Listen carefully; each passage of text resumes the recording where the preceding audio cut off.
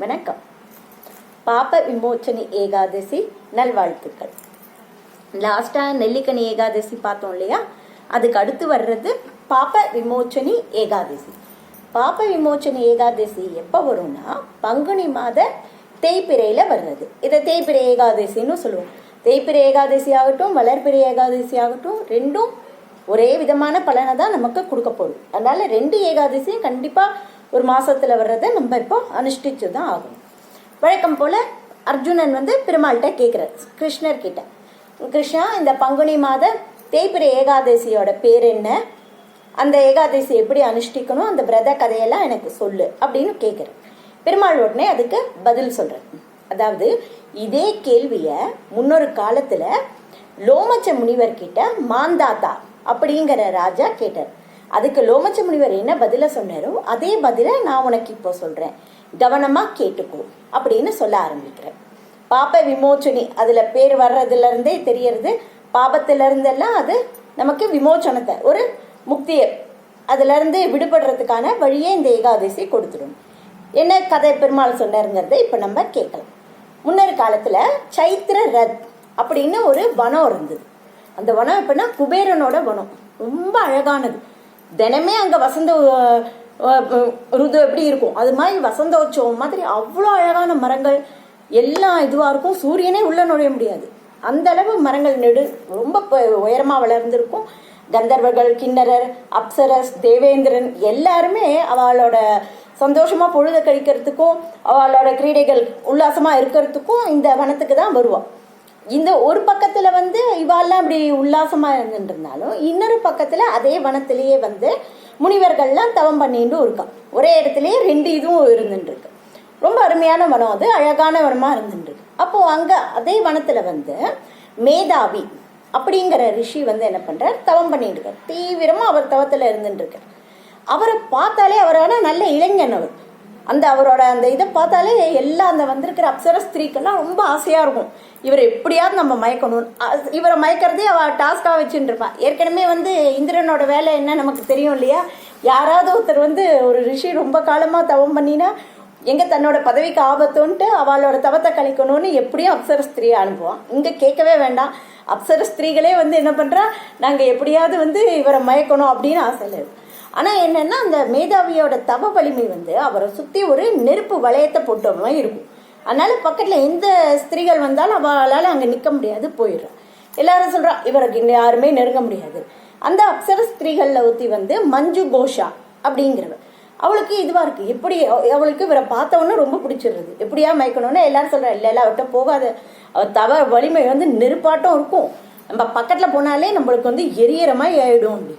அப்படியா, சரி அவர் பக்கத்துல போனாதானே ரொம்ப, அவரை என் பக்கத்துல வர வைக்கிறேன் அப்படின்ட்டு இவ என்ன பண்றா, இவாளமாய் போய் அவரை மயக்கிறதுக்கு போல மற்ற அப்சர ஸ்திரீகள் மாதிரி இவ என்ன பண்றா, அவர் எப்படி இருக்காரோ அதே மாதிரியே அந்த இது ரிஷிகளுக்கான இது உடைய அது மாதிரி ஒரு இதுவா மர ஒரு ஏட்டம் தரிச்சுண்டு அப்படியே வீணையில பாட்டு பாடுறது, பெருமாள் மேல பக்தியா இருக்கிறது, அது மாதிரி அவர் கண்ணை லேசா திறக்கிற நேரம்லாம் இவ அப்படி இருந்துட்டு இருக்கா.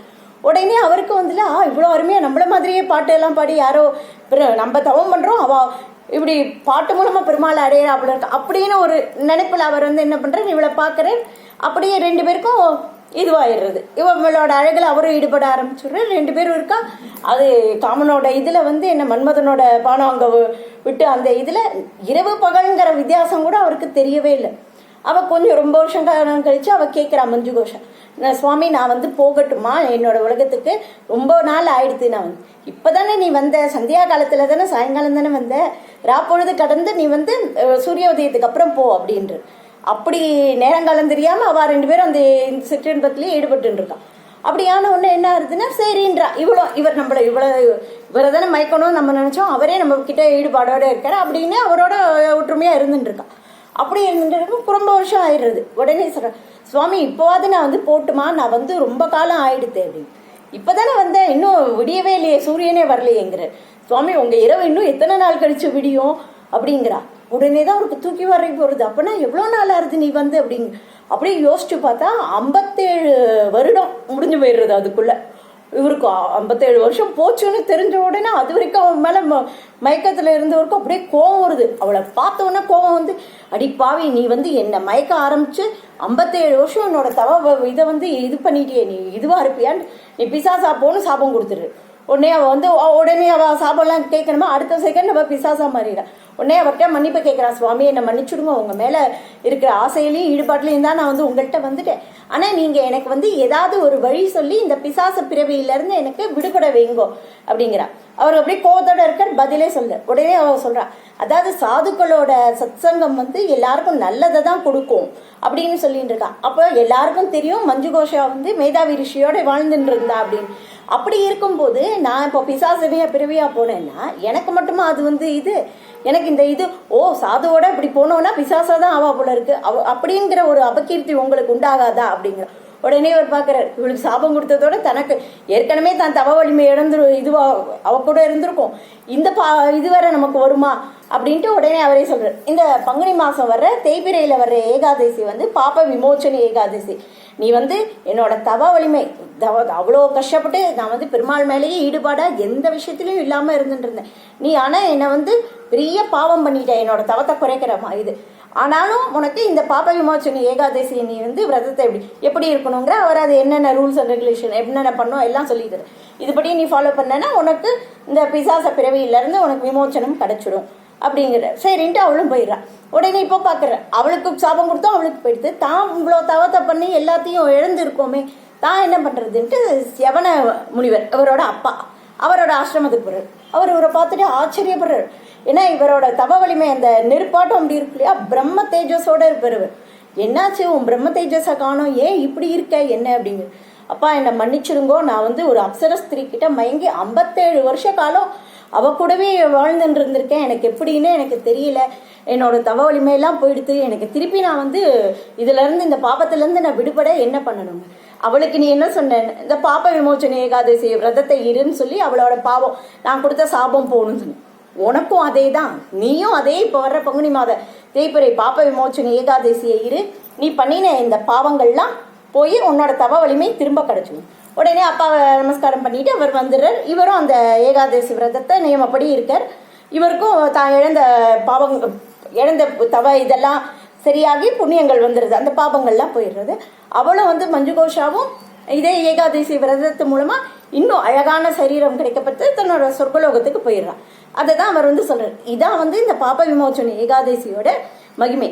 அதாவது நம்ம பண்ணின பாபங்கள் எல்லாமே அறிந்தும் அறியாமலும் பண்ணியிருக்கிற எல்லா பாபங்களும் இந்த ஏகாதசி விரதத்தினால நிவர்த்தி ஆயிடும். கடைசியில அது கொடுக்க வேண்டிய மோட்ச பிராப்தியும் கடைசியில வீடு பேரும் நமக்கு கொடுத்துடும்.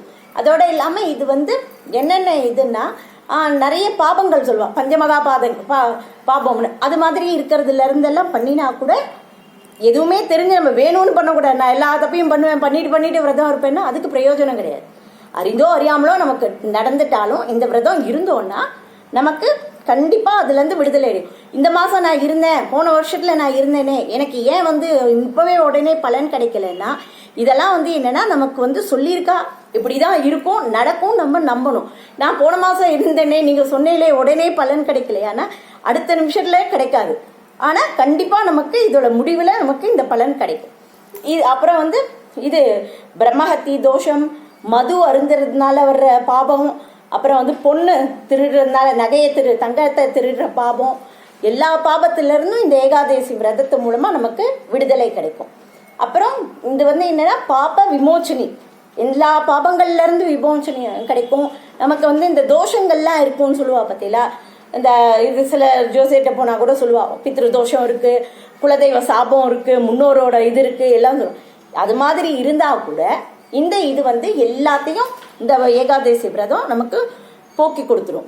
அப்புறம் வந்து இந்த ஆக்சிடென்ட் அது மாதிரி இதுல இருந்து அவ இது அவளோட பிறவி முடியாம பாதியில இங்கேயும் இருக்க முடியாம மேலேயும் இல்லாம இருக்கா பார்த்தீங்களா, அப்படி இருக்கிறவாளுக்கு கூட அவளோட சந்தேகம் பண்றதுனால அவ வந்து அடுத்தடுத்த லோகங்களுக்கு போறதுக்கான வாய்ப்பும் கிடைக்க ஆரம்பிச்சிடும். ஜாதகத்துல பாப கிரகங்கள்னு சொல்லுவோம்.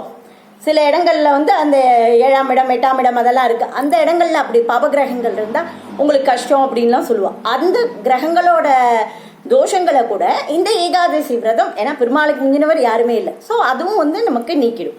அப்புறம் இந்த ஏகாதசி விரதம் மகிமையை, இந்த கதையை கேட்குறா இல்லையா, கேட்குறவாளும் சரி சொல்றவாளுக்கும் சரி 1000 பசுமாடுகளை கண்ணுக்குட்டியோட அதுக்கு அந்த கறக்கிற பாத்திரத்தோட கொடுக்குற பலன். ஸோ உங்க எல்லாருக்கும் இது நீங்க கேட்கறதுனால உங்களுக்கும் கோதானம் பண்ணின பலன் சொல்றதுனால எனக்கும் பலன் நம்ம நம்பலாம். கண்டிப்பா இந்த ஏகாதசியை மிஸ் பண்ணாம நம்ம இருக்கலாம். இது 15ஆம் தேதி ஏகாதசி, 16ஆம் தேதி கார்த்தால 8:45 நம்ம துவாதசி விரதத்தை முடிச்சு அப்போ சாப்பிட்டுடணும். தானம் முடிஞ்ச அளவுக்கு நமக்கு ஒரு பிராமணாளுக்கோ இல்லை கஷ்டப்படுறவாளுக்கோ தானம் கொடுத்தோன்னா ரொம்ப நல்லது. கண்டிப்பாக இதை நம்ம மிஸ் பண்ணாமல் இருக்கலாம். எல்லாரும் சேனலை பார்த்து சப்ஸ்கிரைப் பண்ணுங்க, கமெண்ட் பண்ணுங்க, நோட்டிஃபிகேஷனை ஆன் பண்ணிக்கோங்க. கமெண்ட்ல சொல்லுங்க உங்களுக்கு என்ன கதை வேணும்னு. நன்றி, வணக்கம்.